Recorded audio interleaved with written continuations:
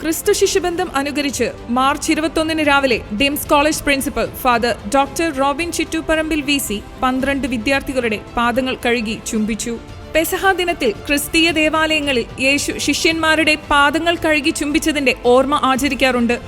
എന്നാൽ ഇന്ന് കലാലയങ്ങളിൽ നടക്കുന്ന പോർവിളികൾക്കുള്ള ഒരു നിശബ്ദ പ്രതികരണമായിട്ടാണ് ഡിംസ് കോളേജ് വിദ്യാർത്ഥികളും അധ്യാപകരും ഈ ആചരണം കോളേജ് അങ്കണത്തിൽ നടത്തിയത്. ഏറ്റവും മനോഹരമായ ഒരു സമയത്തിലേക്കാണ് നമ്മൾ പോകാൻ തുടങ്ങുന്നത്.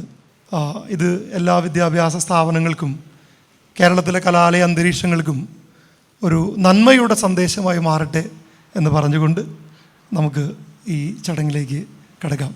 നിങ്ങളൊരു നിമിഷം എനിക്ക് വേണ്ടി കൂടി ഒന്ന് പ്രാർത്ഥിക്കുക. കാലത്തിൽ വെള്ളമെടുത്തു